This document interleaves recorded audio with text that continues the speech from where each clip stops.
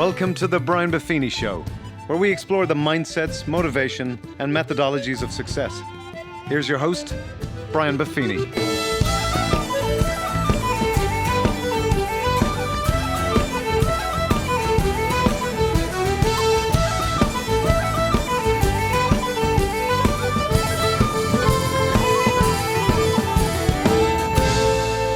Well, the top of the morning to you. Welcome to the Brian Buffini Show today. Hopefully this episode will be very helpful for you.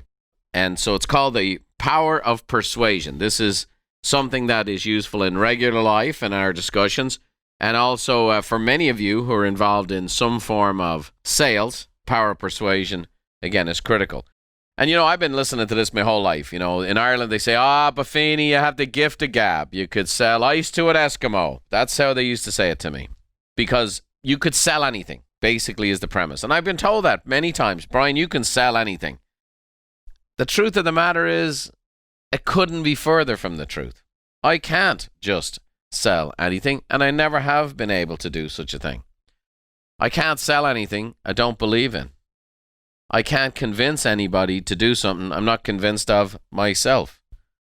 And so in today's world, the power of persuasion is seen as a great weapon.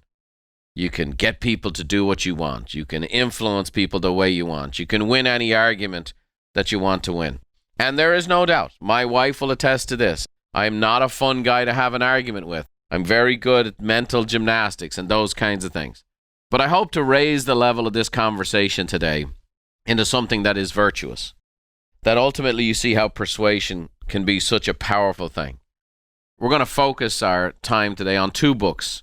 One of the all-time great books, How to Win Friends and Influence People by Dale Carnegie. And we're also going to talk about Influence, the Psychology of Persuasion by Robert Cialdini. I'm going to share with you, when our house burned down a number of years ago, we lost over 5,000 books in that fire between Beverly's library, my library, and then the whole school library. Thousands and thousands of books went up in smoke. And as we rebuilt our new home, Beverly got a library. Her library had this beautiful cherry wood on both sides of her office. It had a ladder on both sides, just like those old-fashioned libraries. You could put books in the highest reaches and access them and so on and so forth. And I remember on the day we were finishing the house, walking in to the home and realizing that we had these giant bookshelves that were totally empty. It was the saddest thing on one hand to look at all these empty shelves. So I turned to my bride and I remember saying, hey, now we get a chance to do this. We only put the books on the shelves we absolutely want, that we absolutely treasure. And we only go and find those books that are most meaningful to us, and we get to start over again. Because there was a lot of books. I used to tell people part of my job in helping them was to read crappy books and avoid people reading crappy books and then find the really good ones and then break it down into a synopsis that would be helpful and teach them in seminars and training and whatever else. And the very first book that I put on my brand new shelf that had spots for hundreds and hundreds of more books to come was How to Win Friends and Influence People by Dale Carnegie. I consider it the foundational book in a library of personal growth and development.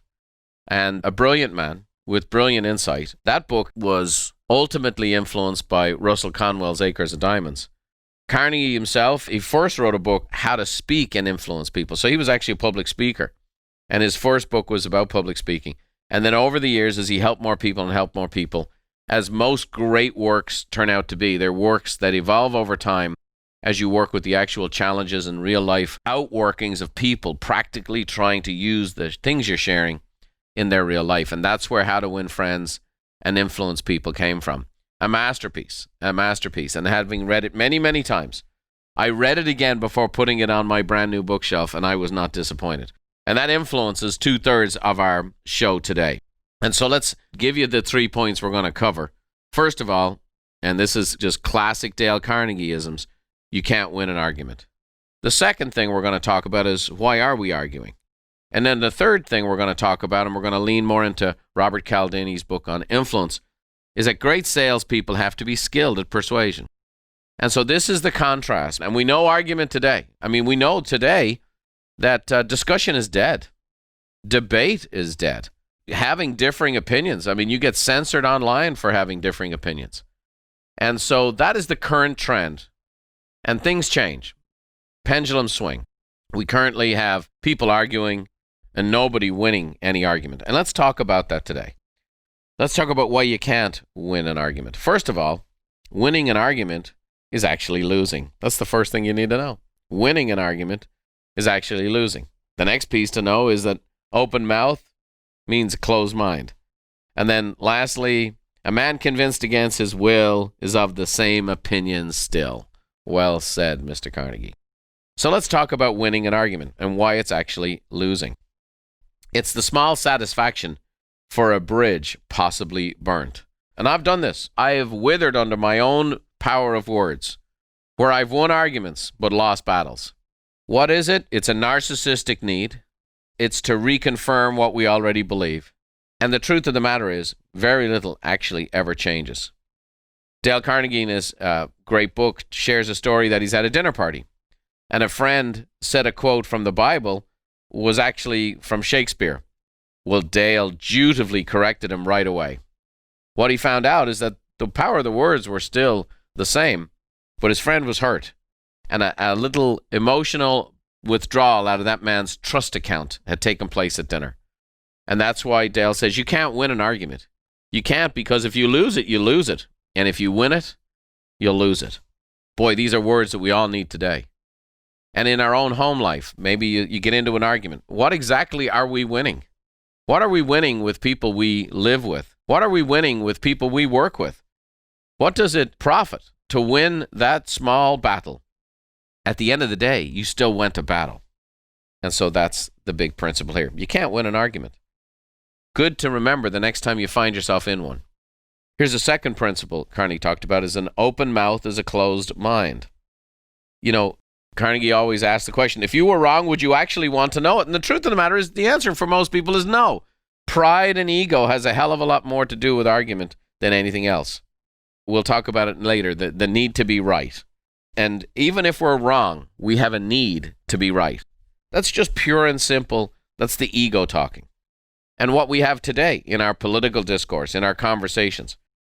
I hear this all the time, last year there was all these tips for people going home for Thanksgiving because people were going to have conversations that ultimately got to politics and unwinnable arguments of people who've already come with all their preconceived ideas and all their preconceived notions. And now we're going to beat one another into submission with them? No chance. Sue Grafton said, if your mind isn't open, keep your mouth shut too. Aristophanes said, open your mind before your mouth. Mark Twain said, it is better to keep your mouth closed and let people think you're a fool than to open it and remove all doubt. Now, Twain gets championed with that. I also have heard that that's a Chinese proverb. And so the bottom line is the truth has been around a long time. And it is better to be thought a fool than to open your mouth and remove all doubt. I've learned this from my wife. My wife is quiet and I am not. My wife is a listener. I'm more of a talker. Sometimes we've been in a situation where people were very intimidated by Beverly or just wowed by her stoicism, and they fill in all the blanks. There was a time we were at a very, very high-powered meeting. We'd be on the way back home, and she said, I had no idea what those people were talking about. But at the end of the meeting, this person who became a chairman of a board of a publicly traded company said, your wife is a very powerful individual. She is an amazing woman. And she's also amazing because she doesn't actually chime in until she really has something to chime in on. And so I've learned from her over a lifetime of the power of the closed mouth and the open mind. And let's see what people have to say. Sometimes people are synergizing in an argument. Sometimes people are talking things out and they're trying to get to clarity themselves. Well, don't stop them at every hand's turn. And so that's the world we live in today. And that's why being contrary to this is so powerful. Being contrary to this makes you so much more influential than ever before. Everybody talking, nobody listening. Everybody with shallow egos needing to be right. How about you, the person who doesn't need to be right, who wants to just find the truth? And in order to find the truth, you're willing to listen. So remember, winning an argument is actually losing. And then that second principle, that an open mouth is actually a closed mind. We want to be the opposite of that. And the third principle Carnegie teaches is a man convinced against his will is of the same opinion still. So the will of a person is even more powerful than the voice of a person. And so it's very hard to convince a convinced person. Isn't that what's going on nowadays? Are we really going to change somebody's mind? I mean, so what do? Our news media is no longer news media. I've watched press conferences and I've watched the questions afterwards, and I go, this is not interviews. These are not questions. These are activists. These are activists with an opinion. So what happens now? So now we have 24 hours of opinion. And if you believe a certain way, you listen to this particular network. And if you believe another way, you listen to this network. It's interesting, as a leader of a company and trying to help people through the most recent setbacks with COVID-19 and the recession that came from that and the economic challenges and then the issues regarding racial divide and all the different cultural challenges we're having in our society. I'd be in discussions with people. I can tell what network someone listens to based on their conversation on a business issue, on a strategy issue, on where we're going in the future, because it's influencing the thinking. And the danger of that is we are rotisserizing like a chicken over an open flame, over and over and over again, rotisserizing a position, rotisserizing an argument, rotisserizing, becoming morally deeply ingrained. I don't know about you, but one of the things I love to do is I love to watch documentaries. And one of the documentaries, 30 for 30, is with ESPN. They do a great job and really bringing the story that you thought you knew to life. I can't tell you the number of times there was a team I was cheering against. Against, not a cheer for. I'm very Irish. We more cheer against than we cheer for. And all of a sudden, this documentary comes out, and I realize, holy moly, I only saw one thing. I prejudged a situation. I thought this coach was this way. I thought this team was this way. Sometimes I found out the bad guys might have been the good guys, and the people I was cheering for might not have been so great after all. And it's that hindsight. And I think it's great. And what it's done for me is it's giving me this ability to look at things from multiple sides. My wife is naturally bent towards seeing both sides of every situation. I am naturally not. But I have learned the discipline of it, and I've learned the power of it. So what does Carnegie say? Winning an argument is actually losing one. That an open mouth is a closed mind. So let's just ask more questions and listen. And that a man convinced against his will is of the same opinion still. You can change laws. You can clamp down with political correctness. You can weaponize speech. But if somebody's will is the same, and you haven't reached the heart, then you haven't done anything. Dale Carnegie wrote this book almost 100 years ago, and those principles are still very powerful today. The second dynamic is, why are we arguing in the first place? Why are we arguing? Well, 3 reasons. There's unmet expectations. We have this need to be right. I've talked about this already. And then there's a need to feel heard, which is a universal need that all people have. So let's talk about it. The source of all conflict is unmet expectations. Expectation is the root of all heartache. Shakespeare said that in the 1600s. Brené Brown in the 2000s said disappointment is unmet expectations. And the more significant the expectations, the more significant the disappointment. Doesn't Brené sound like she's quoting Shakespeare right there? We all have expectations, and when expectations are unmet, we can find ourselves in a spot where we're set up for disappointment, and that disappointment leads to argument. That can happen politically, that can happen in relationships, that can happen in business, that can happen in serving a customer. The next piece is the need to be right. Now, any of you who've been in our coaching program know that we use an in-depth personal analysis program called a heritage profile to find out what your natural strengths are, your natural abilities are, what your communication style, your work style, how you see time. It gives us a great insight into how somebody's wired. It's kind of what we call almost the secret sauce of coaching at Buffini Company, because this allows us to coach somebody the way they're wired, as opposed to just trying to put a square peg in a round hole. And so that heritage profile, if you've ever had it, extraordinarily powerful. Now, in the profile, there are actually people who have very strong attributes in the area of needing to be right. So one of the attributes is called a justice. My wife has this. It's a very high sense of right and wrong. My bride, as much as she can see both sides of everything, everything gets classified instantly into right or wrong. There's people who have very high ethical standards and so on and so forth. So the need to be right, it's a predisposition for some. It's an application of the ego for others. Why? Because what if I'm wrong? Isn't that the ultimate insecurity? Oh my gosh, what if I'm wrong? So the other application that feeds the ego is the need to be right gives a feeling of importance, okay? Now, I kid with my team all the time, but it can be rough. When it comes to presentations, I have kind of a photographic memory of all these presentations I've given for 25 years. I have a hard time remembering what I had for breakfast, but I can tell you what I spoke on in 1996, to whom, how many people were in the room, and how many people signed up for coaching. Well, what happens is I'm in the meetings and so on and so forth, and people are sitting around and they have their computers on the, oh yeah, and we're going to do this, and we're going to find that, and we talked about this content before, and they're all looking on their computers, and I'll go, no, it was section 5, point number 3, in a workbook on 1997. And sure enough, they prove it, and it's right. And what does it do to the team? And then I compound it. I go, yes, right 99.7% of the time on content, and the other 0.3% is when somebody puts the stuff in the wrong place, right? So a really wonderful work environment for my staff. But what happens is I kid around on that stuff, but if people actually felt that that was the case, they would never speak up. They would never dare create content. They would never actually put their 2 cents in, because Brian's need to be right is going to overpower and overshadow everything.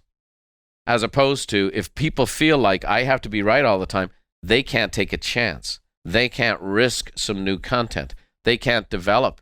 They can't use their God-given creativity. And guess what? I have hundreds of people on staff not using their abilities. Hundreds of people on staff with creativity. Tens of thousands of customers who are being creative, who are coming up with ideas that I don't know. So if I need to be right all the time, I am going to absolutely miss out on a wealth of creativity, a wealth of input, a wealth of things that can benefit other people or benefit the company or benefit myself. So that's a very powerful thing. So you get to be right, but you get to be all alone. So we have unmet expectations. We have the need to be right. Albert Camus, who is a philosopher, said the need to be right is the sign of a vulgar mind. Edward de Bono said the need to be right all the time is the biggest bar to new ideas. That's a creativity piece. Gandhi, he had something to say about this. He said, when you're right, you have no need to be angry. When you are wrong, you've no right to be angry. And then F. Scott Fitzgerald said, to be kind is more important than to be right. Many times what people need is not a brilliant mind that speaks, but a special heart that listens. Wow. What an amazing man that guy was. To be kind is more important than to be right. And that is powerful. The next piece to the puzzle is the need to feel heard. Now, everybody has this. And as we get into this, I just think this is crucial for a really good salesperson. You have to make sure that your customers feel heard. When people don't feel heard, they certainly don't do business with you, but they sure as heck aren't going to be lifelong customers. Sometimes we feel the need to be heard. Okay? Speaking of creative input here, on our podcast today, I've often referred to as Murph the intern. Well, Murph wanted to share a little story about this, about needing to be heard, is that his grandma got banned from Twitter. Now, I just think that's a book title. Grandma got banned from Twitter. But she got banned from Twitter for violating their behavioral policies. So when Murph asked her why, she said, I just wanted to get my points across. So she felt the need to be heard. Grandma Murph is off Twitter, so even if you search for her, you can't find her, but she's a character. So guess what? In the world we live today, you can alienate people with the need to feel heard. I just needed to get it off my chest. You know what? Go for a walk, or if you have a dog, talk to the dog. Get it off your chest. Go outside and speak to the wind. Sometimes that's better than the other, okay? So we learned that winning an argument is actually losing. Open mouth is closed mind, and a man convinced against his will is of the same opinion still. We talked about why we're arguing is unmet expectations, this need to be right, and then this need to be heard and to feel heard. Lastly, I want to talk to you about this important principle. I've talked to you can't win an argument. I've talked about the downsides of why we're arguing. But great salespeople have to be skilled at persuasion. We have to be skilled at persuasion. We need to be able to give what I call the necessary nudge to a customer. When people go to make a decision, in my case, I spent a career selling real estate. You have to encourage people when they're a little scared. They're a little nervous. Sometimes you lay it out. You need to listen. You make them feel comfortable. Say, you know what? If you were my mom or dad, I'd be encouraging you. This is the house you should buy. Now is the time to do this. I know it's a scary time, but the rates are low. This is a good price. This home is going to be a hedge against inflation for you. It's a great place. It's a great investment. The average net worth of a homeowner is 44 times that of a renter. This might be the decision you need to make. For the past 25 years, I've had to encourage people, and in a skillful way, from stage, encourage people to get into our coaching program. Now think about it. 25 years ago when I was on stage, people came to an event. They didn't know they needed a coach. They weren't sure what a coach was. They didn't know if they were joining a cult. They didn't know what was up. And so how did I create an environment for people to make a decision that tens and tens of thousands of people have said, this thing just changed my life, changed my life, changed my life forever, changed my thinking, changed what I do on a daily basis. My average client in the last 10 years comes to us making about $30,000 a year. And our average client today makes about $330,000 a year. So more than 10 times what they were making before. Well, imagine I had to persuade somebody to do that. I had to actually persuade people to make a decision to change their lifestyle, to change their income by tenfold. You think, well, that shouldn't take any persuasion. Well, the more persuasive you become, you'll have people do your persuading for you. Your own customers will do the persuading for you. Your own referrals will do persuading for you. But great salespeople have to be skilled at persuasion. So what am I drawing contrast with? You certainly don't want to be skilled at arguing, because that's not going to get you anywhere. So let's talk a little bit about how to be great at persuasion. So first of all, seek to understand, then be understood. Well, we know that comes from Stephen Covey's 7 Habits of Highly Effective People. The second principle is to use empathy. To use empathy, just the word that we need so much of today. Because without empathy, you can't have compassion. We'll talk about that. And then lastly, I'm going to talk to you about how to give the necessary nudge and lay out for you 6 principles that will be very helpful for you there. So, seek to understand, then be understood. One thing you've heard repeatedly in different conversations we've had here on this podcast is to show respect for other people. Show respect.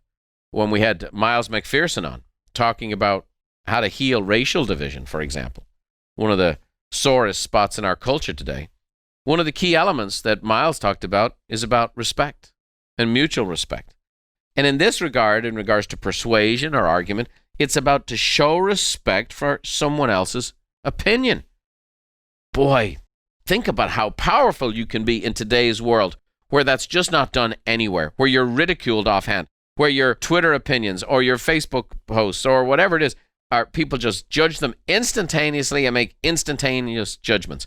How far apart from the culture will you be? How far above the culture will you be? How much more persuasive and influential will you be by not just going along with that nonsense? Ask questions. Seek to understand. Believe that somebody actually has some thought behind their opinions. They actually have some reasoning behind their beliefs.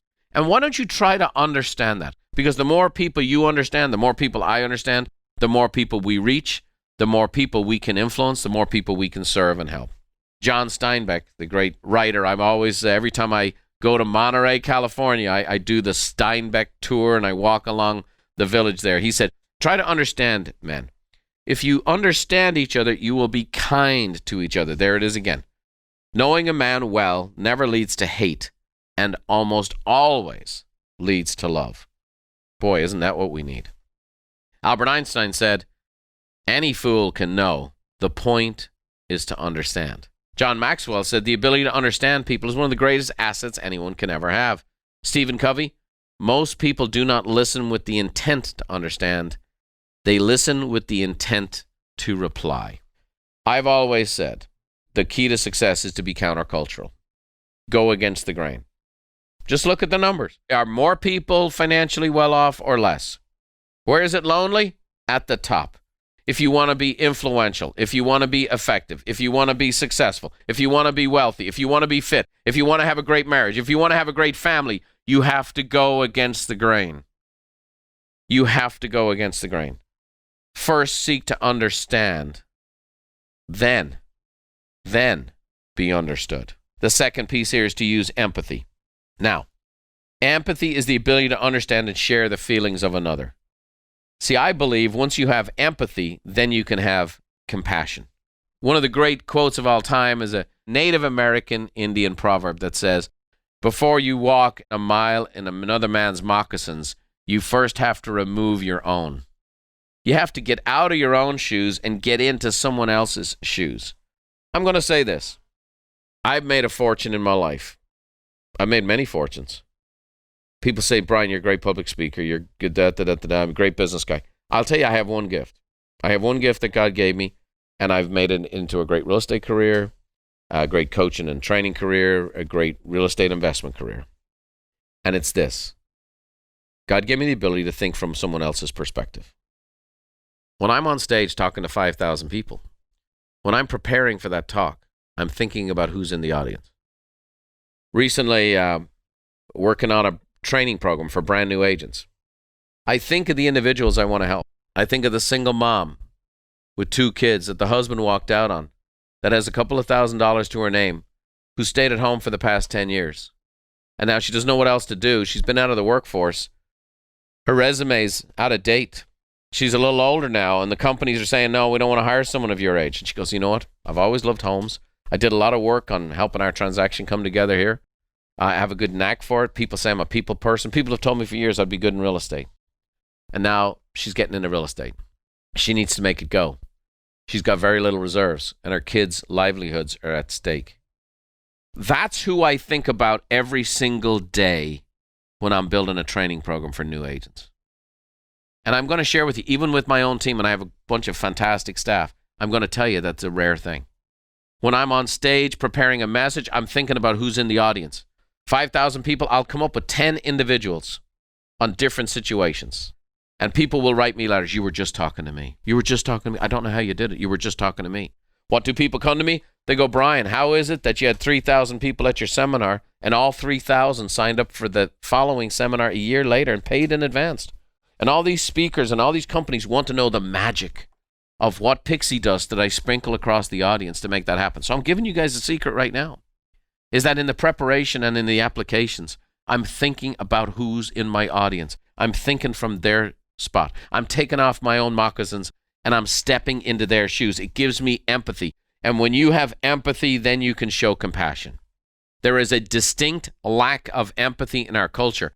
And the more you practice it, the more successful you'll be. The more you'll stand out. The more persuasive you'll be. The more impactful you'll be. Stephen Covey said, when you show deep empathy towards others, their defensive energy goes down and positive energy replaces it. Walt Whitman said, I do not ask the wounded person how he feels. I myself become the wounded person. So as we finish here today, for many of you, you own a business. Maybe many of you are in the real estate business. But all of us need to be a little bit more persuasive. You need persuasion to get anything done, to create a negotiation, to get collaboration. Maybe you work in a charity organization. Maybe you have staff people. So the third part of seeking to understand, then be understood, is the necessary nudge. This is where you get to be understood, okay? So we want to seek to understand, we want to use empathy, but then we need to give people the necessary nudge. And a great book I recommend to you is Robert Cialdini's Influence, The Psychology of Persuasion. Cialdini basically has 6 principles in regards to the psychology of persuasion. So I wanted to give you some thoughts today that would help you. So the first principle is reciprocity. This is when you give a little something to get a little something in return. So there's reciprocity. Maybe you're giving good information. Maybe you're giving facts. Maybe you're giving service. In our system, you're giving the marketing and the pop-bys and personal notes, and you're giving. You give a little something, and the hope is to get a little something in return. So reciprocity. Here's the second one is commitment. Commitment. People want their beliefs to be consistent with their values. So this whole dynamic of commitment. The third thing in regards to influence is being social proof and that little necessary nudge. You know, there's nothing like feeling validated based on what other people are doing. So what you're doing and what you're talking about is validated on what other people are doing as well. So it's somewhat social proof. When I tell a seller, we need a price reduction on your home because, you know what, 42% of people who sold their home last year had to reduce their property one time. Okay, that's a social proof persuasion. Then there's authority. This is where you lead people. So, for example, I'm working with the first-time buyer, and they're nervous and scared, and I've listened to them and I understand and I've showed them house after house. I really know what they want. They walk into a house, they love it, they write an offer, but they get cold feet. They want to back out. I lead people. I bring them, well, let's do that. I understand how you're feeling. I understand where you're at. How about we do this? Let's go back to our original meeting. Here's the goals you said you wanted to achieve. Here's what you were trying to get done. Is this still important to you? Do you still want to own a home? Is this house you seem to really like? Is this the one that you still want? Yeah, it is. Tell me what your biggest fear or concern actually is. And then I'll drive them along and I'll share, okay, like I mentioned, 44 times the net worth of a renter. Here's the lowest interest rates we've had in years. Here's the hedge against inflation when inflation comes. Here's the opportunity to appreciate. Here's the opportunity to pay down a mortgage. Here's the opportunity to own your own home. And please listen to the magic of owning a home. And that's a very powerful podcast we did. And you'll see where that's where I get to lead people. And that's where that authority comes from. The fourth thing is liking. The more you like someone, the more you'll be persuaded by them. So you need to be pleasing and likable. And so it's number 5. It's not number 1. And a lot of salespeople make mistakes by trying to be liked first. But we have reciprocity first, where we're giving. We have commitment. And then you have a social proof. Other people are doing this. And then you have a sense of authority where you're actually leading people. And then after liking, the last part is scarcity. And that is people need to know what's in short supply. One of the greatest attributes I believe that a great salesperson has is the ability to create a sense of urgency. And people need to know the score. They need to know, no, they don't have all the time in the world to make a decision on this home. They don't have all the time in the world. Someone else is out on the market too. People need to know when they're putting their house on the market. Your home's in competition with other homes. Oh, I'll just wait until I get my price. Well, just so you know, buyers are out there looking at your home versus other homes. And when your home's on the market and it's 100 days on the market and a buyer walks through the house and they go, man, you know, I really like this house, but nobody else wrote an offer. Why didn't anybody else want it? So that understanding of scarcity, very, very important. Here's what I'm going to say to you. In my life, I've persuaded a lot of people. I've persuaded a lot of people based on not technique, but based on conviction. Based on creating a comfortable environment. Based on creating a community where people were aligned with similar values. To really listen to what people wanted. To serve, and give. Then, along the way, give a necessary nudge. So hopefully this podcast has been helpful for you today. Hopefully you understand that you can't win an argument, neither can I. Hopefully you understand today why we're arguing. And hopefully you realize that great salespeople have to be skilled at persuasion. Oh, by the way, for those of you who are self-employed, own a small business, or in the real estate industry or mortgage business, I'm in the midst right now of building a brand new training program called our Pathway to Mastery Advanced course. And so our Essentials course that's out now has all of these 6 psychological principles I just mentioned. They're all laid out in detail in our negotiating section in the Essentials course. So go check that out online. The Advanced course, which will be coming out soon, well, I've done a whole dynamic of objection handling for both buyers and sellers. And that these 6 principles come to life in a gracious way, in an empathic way, in a persuasive way, where you really hear the needs of your customers, hear where they're at, connect, serve, give, and ultimately nudge them in the right direction as a professional to make a great decision that's in their best interest. Well, it's a great privilege to come to you today. I hope this has been helpful for you. I hope you feel persuaded to listen to this again. Go check out our training programs online at buffiniandcompany.com. We'd like you to become highly skilled in the area of persuasion, and we can help you do that. And as I leave you today, let me persuade you by leaving you with a little Irish blessing. May the roads rise up to meet you, and may the wind always be at your back. May the rain fall soft upon your fields and the sunshine warm upon your face. And until we meet again, may God hold you in the hollow of his hand. We'll see you next time.